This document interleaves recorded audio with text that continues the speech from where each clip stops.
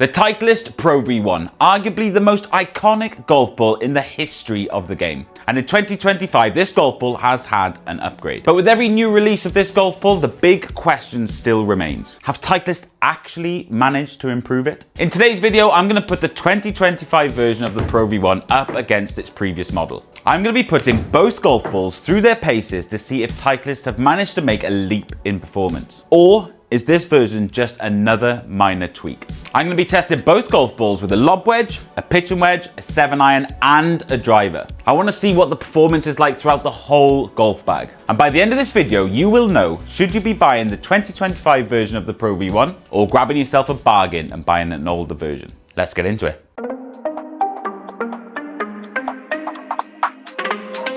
Before we dive into the performance test, let's explore what's new with the 2025 Titleist Pro V1. Titleist have introduced several key enhancements to the 2025 Pro V1. The core has been reformulated to increase ball speed off the tee and provide better spin with wedges and irons. The cover has actually been improved to work better with the core to provide more consistent results. Even the dimple pattern has had a bit of an upgrade to help with a more penetrating ball flight. All of these upgrades have been designed to give us better ball speed off the tee, longer drives, more control with irons, and more spin around the greens. But if you read any box of any golf ball from any company, that's exactly what they all say. So I'm going to take these upgrades with a little bit of a pinch of salt. The proof is in the pudding, and that's what's coming next.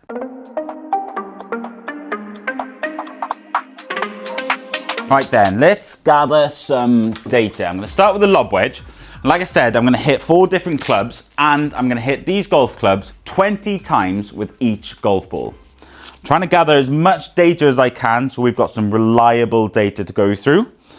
Don't worry, I'm not going to bore you with every single shot of this test. Here's a little montage, and I'll be back with you in a second with all of the results.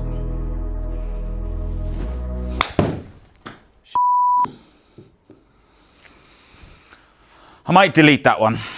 Enjoy the montage.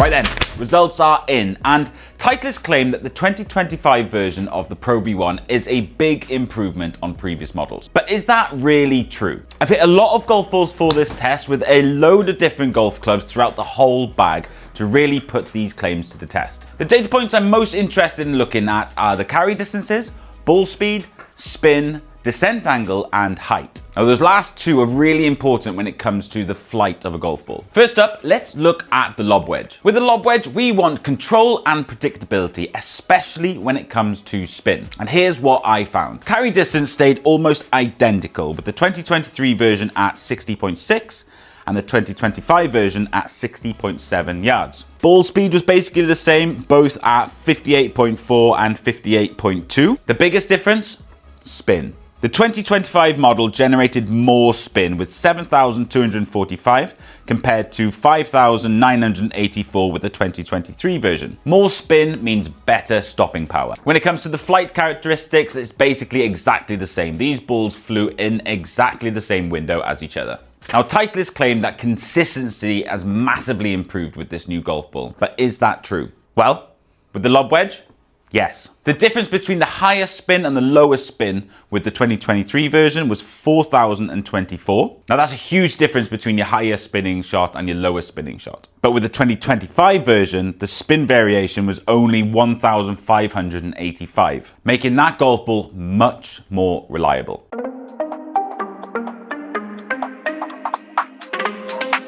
When it comes to the pitch and wedge, we're looking for a mix of distance, spin, and control. We don't necessarily need to hit the pitch and wedge a long way, but we do need it to be able to stop very quickly. Carry distance stayed basically the same between the 2023 model and the 2025 model, both carrying at 133 yards. Ball speed actually dropped slightly. Titleist claimed that this new core was actually going to create more ball speed. Well, with the pitch and wedge, that isn't true, but it is pretty close to the old model, and we're not exactly swinging the golf club that fast at the moment. Spin actually decreased slightly by 100 RPM, so not a massive change again. Where this golf ball has improved though is with the consistency. When it comes to the spin, the 2023 model varied by nearly 2,500 RPM, and in the 2025 version, the spin only varied by 1,500, making it a lot more predictable. So when it comes to the wedges, have Titleist actually improved the golf ball? Well, when it comes to raw performance, no, not really. We haven't seen a massive jump in distance. We haven't seen a massive jump in ball speed. You could argue that with the spin, it has improved with the lob wedge, but the biggest improvement has been consistency. The 2025 golf ball so far is much more predictable and much more reliable. Does that theme continue when we start hitting the golf ball a little bit harder? Let's move on to the 7-iron.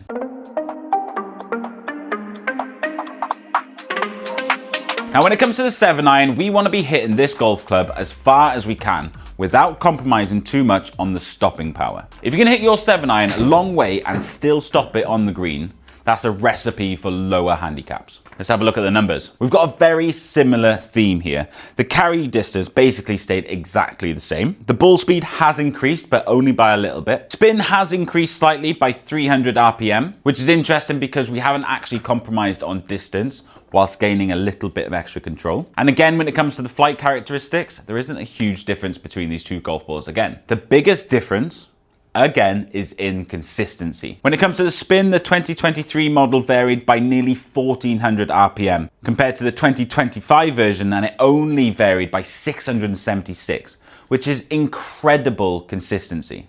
Now, I told you that I hit 20 shots with each club with each golf ball for this test. Now, that's how many golf shots I actually used in the data.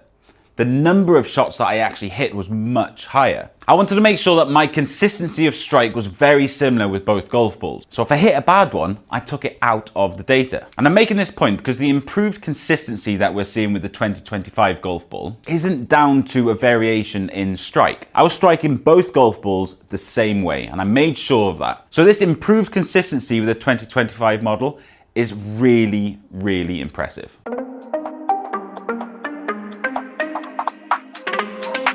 Finally, let's have a look at what happened with the driver. This is an area of the bag where most golfers want more distance and more control. Do the numbers suggest that Titleist have improved this golf club as well? Well, finally, we're starting to see an improved performance with the carry number. The 2023 version of this golf ball was basically carrying 258 yards, compared to the 2025 version carrying just over 260 yards. Not a huge improvement, but that's the biggest difference in the carry number that we've seen throughout all of this test. Ball speed has improved as well, with the 2023 model flying at just over 149 miles an hour, with the 2025 version flying at 151 miles an hour. Interestingly though, the spin has actually increased as well. The 2023 model spinning at just over 1900, and the 2025 version spinning at just over 2,100. More spin isn't always good with the driver. If you spin it more, you tend to lose distance, but we're obviously not seeing that with this golf ball. But increased spin can lead to more curve in the ball flight. And we did see this golf ball fly a little bit higher than the 2023 version. Finally, like with all of the other golf clubs, consistency is improved with the 2025 model. The spin only varying by 1,000 compared to 1,400 basically with the 2023 model. So overall, with the driver,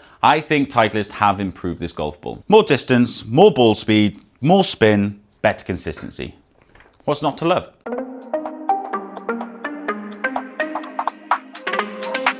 So what's the overall verdict? Have Titleist actually managed to improve the perfect golf ball? The Pro V1 has been the best golf ball on tour for so many years. It would have been really, really difficult to actually improve on this golf ball. But from this test, I actually think that Titleist have managed to improve it. The claims that they made about better ball speed and more consistency are accurate. Not a massive leap forward when it comes to ball speed, but the consistency is incredible with this golf ball. It's a lot more predictable than previous models. And that's the key key improvement. We're not seeing a massive jump in performance. You could buy the 2025 version and still use the same yardage book you had with previous models. But what you're going to see a lot more of is better control on the greens and tighter dispersion. A more predictable golf ball will definitely help you lower your scores.